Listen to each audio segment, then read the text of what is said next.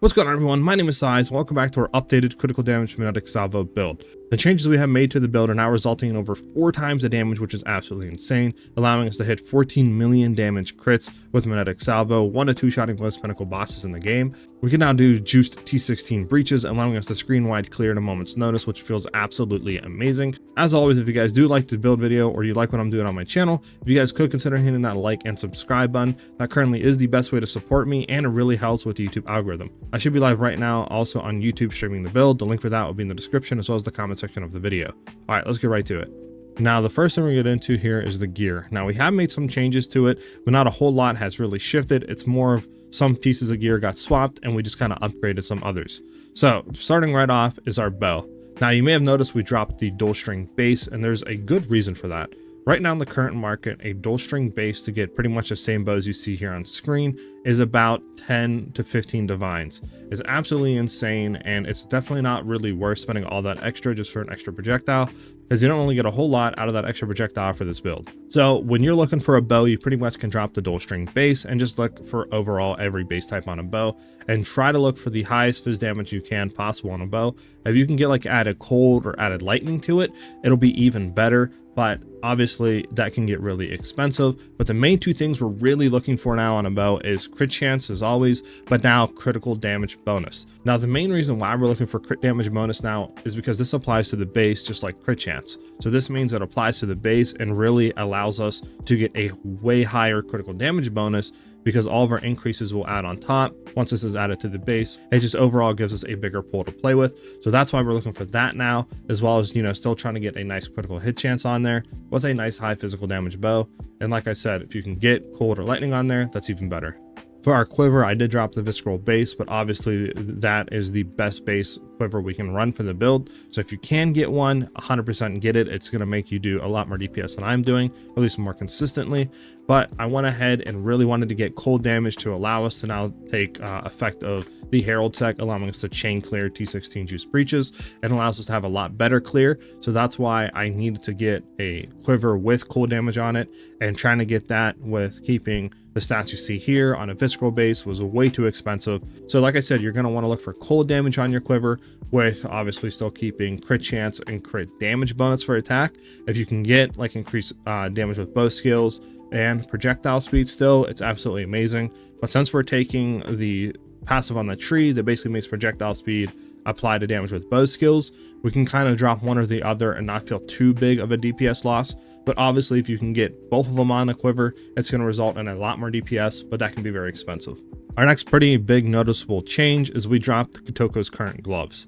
Now, I love the gloves and I think they're very good for early on, but once we're getting into the high tier and we really want to push damage, they hold us back a lot.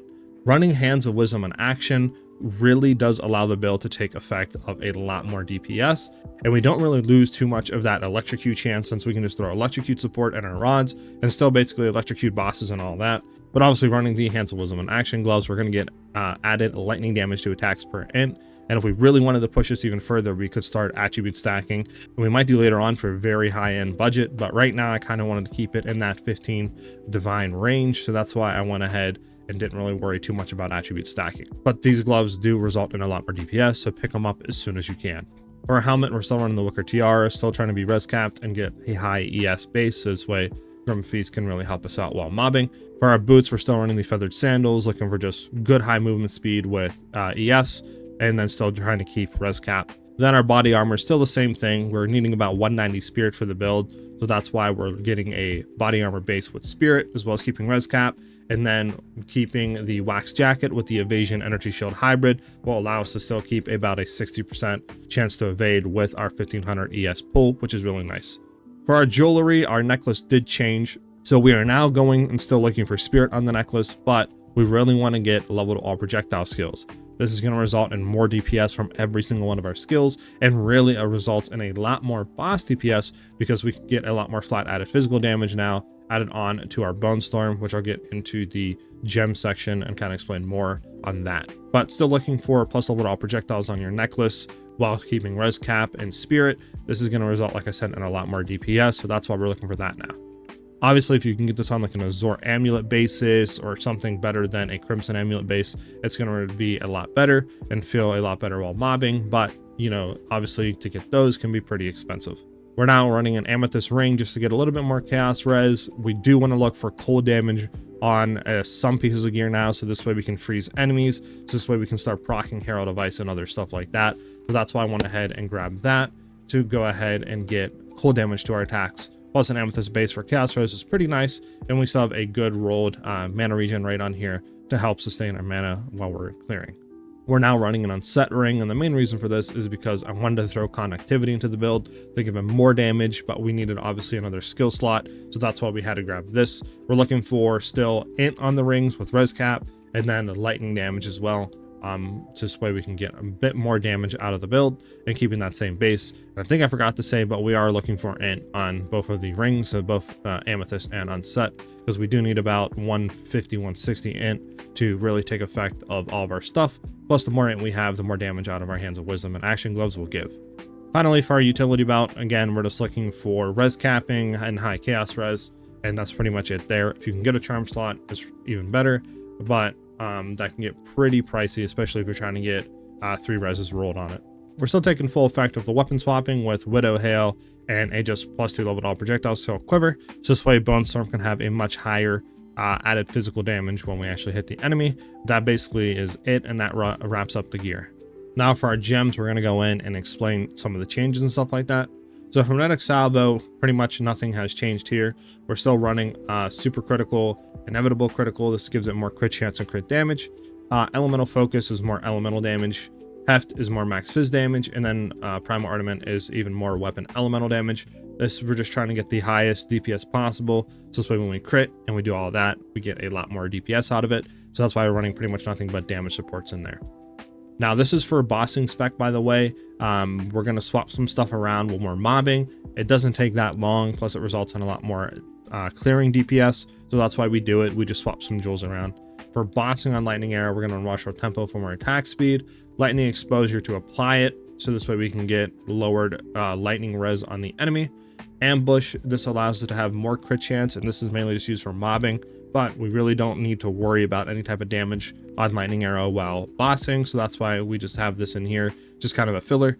Then long shot again is more attack damage the further we're away, but it's more of a filler. We're only really looking for lightning exposure on our Lightning Arrow for bossing, so that's why we kind of have that set up on how it is there. For Bone Storm, we're now running a life tap, which will convert its mana cost to life, and the main reason for that is just because it requires 383 mana or life per second. So once we're going and bossing and stuff like that, it chunks through our mana pool, which I did not like. So I wanted to be more consistent, so that's why I went ahead and threw life tap on it. This allows us to basically full cast it now, and then we can just pop our life flask to get back to full health and not really have to worry too much about that.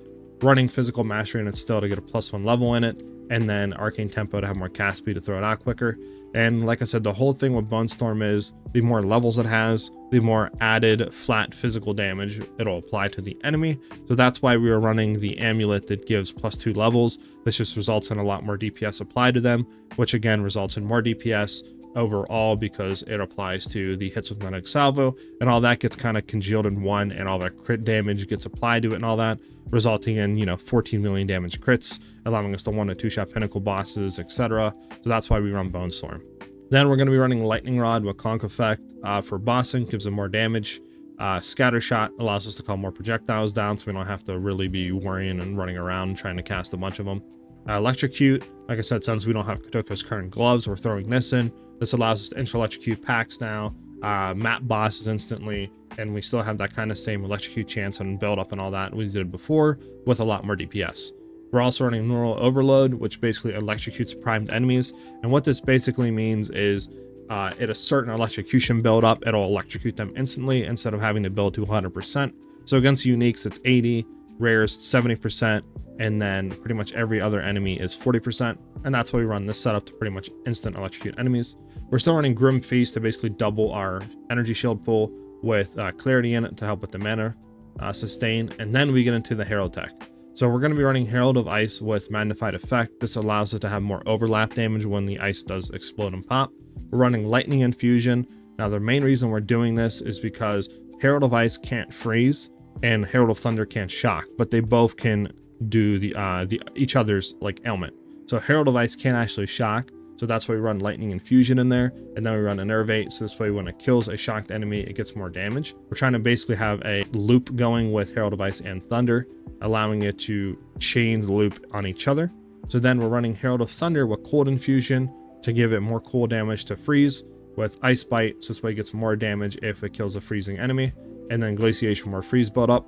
So that's why we have this. It allows for a really good clear loop and screen wide shatters and clears and stuff like that once we're actually doing T16 breaches. We're still running Cast on Crit with Eye of Winter to apply critical weakness to get a lot more crit chance against bosses and stuff like that. Plus it helps out a little bit with the clear. Still with Energy Retention to have a chance to refund the energy cost, specifically half of it. Impetus for even more increased energy to cast a skill. And Inspiration to have less cost to cast Eye of Winter on our Cast on Critical support setup. We're still running Voltaic Mark with Persistence for more skill effect duration. This just allows us basically to get from a like 51% shock percent up to a 71%. So it's really good there and allows the enemy to take a lot more damage. And now running Conductivity again, since we have that on Set Ring, this takes effect now, we can throw it in. This is basically just going to lower their lightning resist by 35%, which allows us to do a lot more DPS to bosses. We're running Heightened Curse in there for increased effect of the curse. Focus Curse, so this way it has reduced delay of popping. Then we have Lightning Mastery for another level to the skill to allow it to have a higher reduced lightning res on the enemy. That pretty much covers it for the boss setup. Now for the clear setup, some gems do get swapped around. So we're going to throw Primal Armament into Lightning Arrow and take off the exposure. Then we're going to throw Lightning Exposure into Lightning Rods. And then the concentrated effect, you can pretty much throw it anywhere. I just throw Magnetic Salvo just for like a placeholder, since we don't use Magnetic Salvo at all for clearing. And that pretty much is it for the clear setup. Now we can get into the tree. So we're still taking Point Blank. Now Long Shot might be better for clearing, but we already have really good DPS. We're already screen wide shattering and stuff like that. So I went ahead and took Point Blank to get more DPS on our Magnetic Salvo. Then we're going to be taking Gathering Winds for Tailwind, into Endless Munitions for that additional projectile, and then Wind Ward for less damage taken per Tailwind, and that pretty much is it for our Ascendancy. The tree pretty much hasn't changed too much, so I'll quickly go through it. We're still going to go in Vile Winds for increased damage if they have an elemental ailment, which they always do. Into the Quiver cluster here for increased bonuses gained from equipped Quiver, it just results in a lot more DPS. Still taking Catalyst for that increased elemental damage with attacks. Into Stand and Deliver for more critical damage bonus against enemies and damage in general against enemies within 2 meters, which are basically just trying to stack on a boss with Magnetic Salvo, so that's why we take that. We're still taking Maiming Strike for that increased attack damage, plus our attacks have a chance to maim, which maim reduces their movement speed and reduces their evasion. We're still taking Frazzled for the magnitude of shock, and that mana regen is kind of nice. Still taking the Acceleration Cluster for skill speed and move speed and all that. We're still going in and taking Feathered Fletching. This just allows us to have basically our projectile speed also apply damage with bows. So we can look for both projectile speed and damage with bows, and if we have to drop one or the other on our quiver, we can, and we don't see too much of a DPS loss. It allows us to basically buy a cheaper quiver, but obviously if you can get both, it'll result in a lot more DPS. We're still taking these back 2 nodes here just because they're really good critical damage nodes. We're still taking Electrocution. This gives us more damage basically against electrocuted enemies. We're still taking this huge critical cluster for basically more critical damage, critical chance, and another +% to the base of our crit. We're now picking up coming Calamity Cluster since we're now running both Herald of Ice and Thunder. We're basically going to get 50% increased cold and lightning damage, which is huge. And then the 2 preceding nodes to get to that is going to give us 24% increased damage while fed by a Herald, which we always are. We're still taking Enhanced Reflexes and Beastal Skin since we're a hybrid. We want to get a good enough evasion rating. Thought and Technique is really good for that attack speed per dex. We're still going to be taking the Electrotherapy Cluster since we do want to have a good amount of increased electrocution built up on the tree. This helps and all that. We're still taking Mental Toughness to help with mana issues and sustain and stuff like that. If you find yourself not needing this, obviously drop these points and throw it into like more crit chance on the tree or more crit damage, etc. We'll result in more DPS than what I'm showing currently. Then we're still taking basically Harmonic Generators, gives us more crit chance and magnitude of shock against enemies and stuff like that, which is really good. We're taking General Electric just so we basically can get to Harmonic Generator. We're still going up and taking this huge crit clusters, so like True Strike is increased crit chance and dex, and then Jugular is increased critical damage bonus and int, and that +10 int and +10 dex is going to give us a good amount of more lightning damage and attack speed added since we're running the Hands of Wisdom and Action Gloves. And then these 3 little nodes here gives us increased damage if we dealt a crit basically recently, which we always are. So we're getting 70% increased damage, which is really nice. Then we're still going up and we're taking this little node out here for the jewels. And then we're still going into Spectral Ward so we can get increased ES to basically have a good ES base, the Grim Feast to basically overflow it with a decent life. And then, like I said, we're still hybrid, so we want to have some evasion. So this is really going to take because it increases both. But that's it for the build. I think you guys are really going to like it. The changes are absolutely amazing, especially since we're hitting 14 million damage crits now and 1 to 2 shiny pinnacle bosses. Being able to clear juice 216 breaches and screen wide clear and shatter feels absolutely amazing. If you guys do enjoy the video, like always, if you consider hitting that like and subscribe button, it helps me out immensely and it really does help with the YouTube algorithm. I should also be live right now on YouTube streaming the build, so the link for that will be in the description as well as the comment section of the video. And I hope you guys have a great rest of your day or night depending on when you're watching this video, and I'll see you guys in the next one. Peace.